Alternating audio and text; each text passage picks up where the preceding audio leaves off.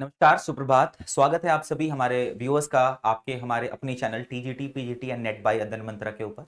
जैसा कि आप सब लोग जानते हैं कि हम लोग हमारे चैनल के ऊपर एक 10 मिनट सीरीज चला रहे हैं, जहां पर हम इस 10 मिनट के अंदर में मोस्ट इंपॉर्टेंट टॉपिक्स को सेलेक्ट करते हैं और इस 10 मिनट के अंदर में ही हम आपको उसके अंदर की मेजर इंफॉर्मेशन पास ऑन करने की कोशिश करते हैं। वो इंफॉर्मेशन जो एग्जामिनेशन पॉइंट ऑफ व्यू से बहुत ज्यादा इंपॉर्टेंट जरूरी होगा। ठीक है बच्चा, इससे पहले कि मैं आपको आगे की तरफ लेके चलूं और आज के टॉपिक के बारे में बताऊं, मैं आप लोगों से रिक्वेस्ट करना चाहूंगा कि हमारे ऐप अध्ययन मंत्रा कनेक्टेड ऐप को डाउनलोड जरूर कर लीजिएगा। यहां पर आपको बहुत सारी बेनिफिट्स मिलेंगे, जैसे कि free videos, free notes and current affairs मिलेगा। अपार्ट फ्रॉम दैट, अगर आपका करियर में एक बेहतरीन शिक्षक बनना है, एक बेहतरीन एजुकेटर बनना है, तो आप हमारे साथ हमारे पेड कोर्सेज के साथ भी जुड़ सकते हैं। लास्टली आई वुड रिक्वेस्ट, अगर आप लोग D triple S B general paper books की खोज में हैं, तो हार्ड कॉपीज आप चाहें तो हमारे अमेजॉन ऐप से मंगा सकते हैं। अपार्ट फ्रॉम दैट, ये हमारे हेडक्वार्टर दिल्ली के अंदर में भी मिल जाएगा। आज जो टॉपिक मैं आप लोगों के लिए लेकर के आया हूं, जो इंपॉर्टेंट चीज मैं आप लोगों के साथ डिस्कस करना चाहता हूं, वो डिस्कस करना चाहता हूं ब्लड के बारे में। हमारा जो ब्लड है बच्चा, वो एक कनेक्टिव टिश्यू है। दैट मीन्स हमारे होल बॉडी में ये ब्लड फैल रही ट्रैवल कर रही होती है बच्चा। और अगर हम हमारे ब्लड की बात करें बच्चा, ब्लड अपने आप में एक कनेक्टिव टिश्यू होता है।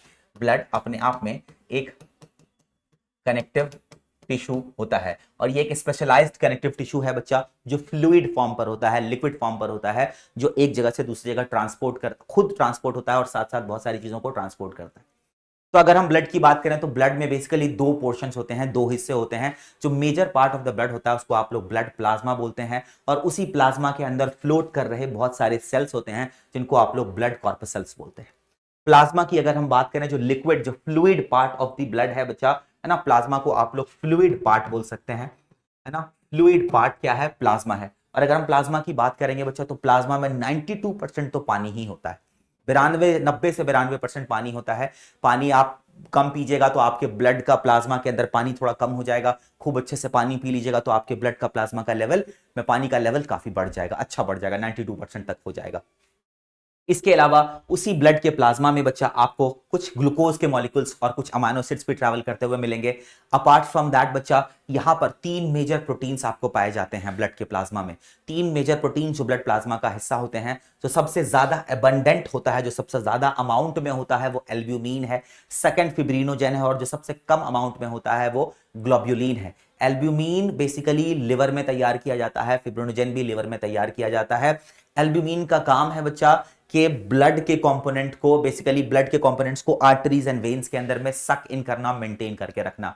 फिब्रिनोजेन हेल्प करती है बच्चा ब्लड के कोआगुलेशन में, है ना, क्लॉटिंग वाले टेक्निक में। ग्लोब्यूलिन पार्टिसिपेट करती है बच्चा इम्यून सिस्टम में, है ना, ग्लोब्यूलिन सपोर्ट करती है इम्यून सिस्टम में। अपार्ट फ्रॉम दैट, इसी प्लाज्मा में आपको बहुत सारी गैसेस भी फ्रीली फ्लोट करते हुए मिलेंगी, जैसे कार्बन डाइऑक्साइड और ऑक्सीजन है। अपार्ट फ्रॉम दैट, अगर आप स्मोक करते हैं या किसी पॉल्यूटेड एनवायरमेंट में रहते हैं, तो यहां पर कार्बन मोनोऑक्साइड भी मौजूद हो सकता है, सल्फर डाइऑक्साइड भी यहां पर मौजूद हो सकता है, सल्फर मोनोऑक्साइड भी मौजूद हो सकता है। अपार्ट फ्रॉम दैट, यहां पर आपको बहुत तरह के आयंस भी देखने को मिलेंगे, जैसे कि सोडियम आयन है, कैल्शियम आयन है, बाइकार्बोनेट आयन है, पोटेशियम आयन है। ये आयंस भी आपको यहां पर मिलेंगे। तो this was all about the plasma, the fluid part of the blood. तो ब्लड में प्लाज्मा होता है, जो फ्लूइड पार्ट होता है, उसके अंदर ये सारे कंटेंट्स होते हैं, है ना बच्चा, ये मेजर कंटेंट्स होते हैं। इसके अलावा भी कुछ और प्रोटीन्स होते हैं, जिनको हम फर्दर बाद में डिस्कस करेंगे। अपार्ट फ्रॉम दैट, इन सब चीजों के अलावा यहां पर आपको कुछ हार्मोन्स भी देखने को मिलेंगे।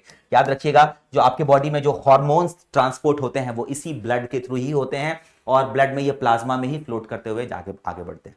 बात करते हैं बच्चा हम ब्लड के सेल्स की। तो ब्लड में हमारे तीन तरह के सेल्स हैं बच्चा। पहला सेल है बच्चा आपका रेड ब्लड सेल, जिसको आप इरेथ्रोसाइट्स बोलते हैं। इनका मेजर पर्पस होता है ऑक्सीजन को कैरी करना, ऑक्सीजन को कैरी करना, क्योंकि इन्हीं रेड ब्लड सेल्स के अंदर में बच्चा, आप नोटिस करेंगे, इन्हीं इरेथ्रोसाइट्स के अंदर में बच्चा आपके पास होता है हेमोग्लोबिन। क्या होता है? हेमोग्लोबिन। और ये हेमोग्लोबिन ही ऑक्सीजन को कैरी करती है, हेमोग्लोबिन ही ऑक्सीजन को कैरी करती है। और एक रेड ब्लड सेल के अंदर में मिलियंस ऑफ, लाखों की संख्या में हेमोग्लोबिन के मॉलिक्यूल्स पाए जाएंगे, और रेड ब्लड सेल के अंदर में कोई भी न्यूक्लियस प्रेजेंट नहीं होता, और इसको आप लोग इरेथ्रोसाइट्स भी बोलते हैं। इसके बाद दूसरे तरह के सेल्स जो ब्लड के अंदर मौजूद होते हैं, वो होते हैं व्हाइट ब्लड सेल। इनको हम लोग ल्यूकोसाइट्स भी बोलते हैं। ये दो तरह के हो सकते हैं, एक ग्रैनुलोसाइट्स हो सकता है, दूसरा ए ग्रैनुलोसाइट्स हो सकता है। ग्रैनुलोसाइट्स कहने का मतलब है, अगर सेल होगा, न्यूक्लियस होगा, और साथ में छोटे छोटे बीच में ग्रैन्यूल्स होंगे, तो वो ग्रैनुलोसाइट्स कहलाएंगे।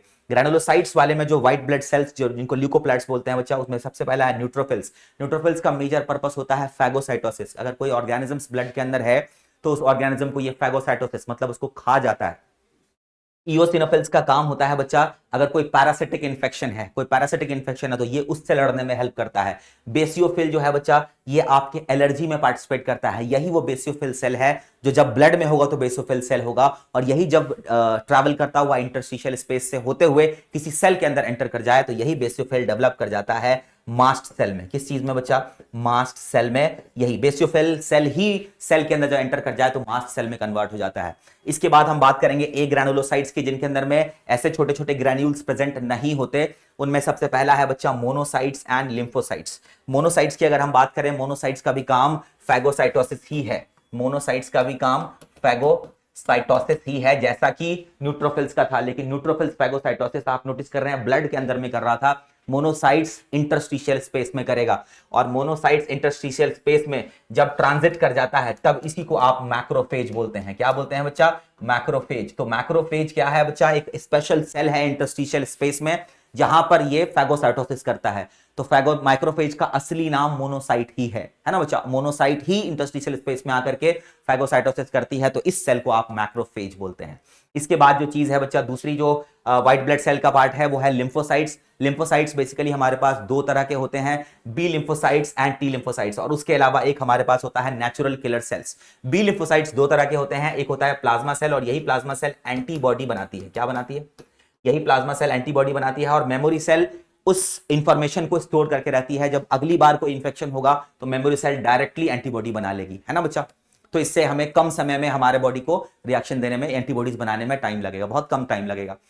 टी लिम्फोसाइट्स हमारे पास तीन तरह के होते हैं, T helper cell, T cytotoxic cell और टी सप्रेसर सेल। देखिए, टी हेल्पर सेल और T suppressor cell directly control करते हैं बी लिम्फोसाइट्स को। हेल्पर सेल हेल्प करते हैं बी लिम्फोसाइट्स को कि वो एंटीबॉडीज बनाए, और टी सप्रेसर सेल उनको कंट्रोल करते हैं कि वो बहुत ज्यादा ना बना लें, है ना? Apart from them C cytotoxic cell जो होता है बच्चा, ये भी एक्चुअली एक सेल मीडिएटेड इम्यूनिटी में, दैट मींस ये इन्फेक्टेड सेल को मारता है। ये क्या करता है बच्चा? ये इन्फेक्टेड सेल, कोई अगर सेल इन्फेक्टेड है तो उस इन्फेक्टेड सेल को किल कर देता है। क्या कर देता है बच्चा? इन्फेक्टेड सेल को किल कर देता है। सिमिलरली नेचुरल किलर सेल जो होते हैं, जो कैंसरस सेल्स होते हैं हमारी बॉडी के अंदर में, जो हमारे जो कैंसरस सेल्स होते हैं, इनको किल करने के लिए हमारे नेचुरल किलर सेल्स ही पार्टिसिपेट करते हैं। तो अगर देखा जाए तो टी साइटोटॉक्सिक सेल और नेचुरल किलर सेल्स का फंक्शन समवेयर सिमिलर है ना बच्चा? तो C cytotoxic cell viral infected cells को मारते हैं, और नेचुरल किलर सेल ज्यादातर केसेस में कैंसरस सेल्स, जो सेल कैंसरस हो जाते हैं, उनको मारने में ये हेल्प करते हैं। लास्ट बचता है बच्चा, है ना, लास्ट जो हमारे चीज जो बचती है, एक लास्ट जो तीसरी जो सेल बनती है, सेलुलर बनती है, वो होती है बच्चा आप लोगों की, जिसको आप लोग बोलते हैं थ्रोम्बोसाइट्स। क्या बोलते हैं? थ्रोम्बोसाइट्स। और थ्रोम्बोसाइट्स का दूसरा नाम होता है प्लेटलेट्स। क्या नाम होता है बच्चा? प्लेटलेट्स। तो एक चीज याद रख लीजिएगा, ये प्लेटलेट्स पार्टिसिपेट करते हैं ब्लड कोआगुलेशन में। ये पार्टिसिपेट करते हैं ब्लड कोआगुलेशन में। और आपको बता दूं बच्चा, ये जो प्लेटलेट्स होते हैं, एक बड़ा सा सेल होता है, इसको मेगा कैरियोसाइट बोलते हैं। क्या बोलते हैं? एक सेल होता है जिसका साइज बहुत बड़ा होता है, उनका नाम है मेगा कैरियोसाइट्स। और ये मेगा कैरियोसाइट्स ही छोटे छोटे टुकड़ों में बट जाते हैं और वो प्लेटलेट्स बन जाते हैं। क्या बन जाते हैं बच्चा? प्लेटलेट्स बन जाते हैं। याद रखिएगा कि थ्रोम्बोसाइट्स को ही हम लोग प्लेटलेट्स बोलते हैं, और ये प्लेटलेट्स बनता है, एक बड़ा सेल होता है मेगा कैरियोसाइट। मेगा कैरियोसाइट्स ये टूट टूट करके छोटे छोटे सेल्स में डिवाइड हो जाते हैं, जिनको कि आप लोग प्लेटलेट्स बोलते हैं। तो ये थी विस्तृत जानकारी एक हमारे ब्लड की, जिसके अंदर प्लाज्मा होता है और ब्लड के सेल्स होते हैं। मुझे उम्मीद करता हूं मैं कि आपको ये जानकारी अच्छी लगी होगी। अगर आपको ये जानकारी अच्छी लगी है तो इस वीडियो को ज़्यादा से ज़्यादा शेयर कीजिएगा, हमारे चैनल को सब्सक्राइब ज़रूर कर लीजिएगा। हम रेगुलरली इसी तरह से आपके लिए 10 मिनट सीरीज में इंपॉर्टेंट टॉपिक्स को लेकर के आते रहेंगे। मेरा नाम आदिल अमीन है और आप देख रहे हैं TGT PGT and NET by अतन मंत्रा। Thank you so much.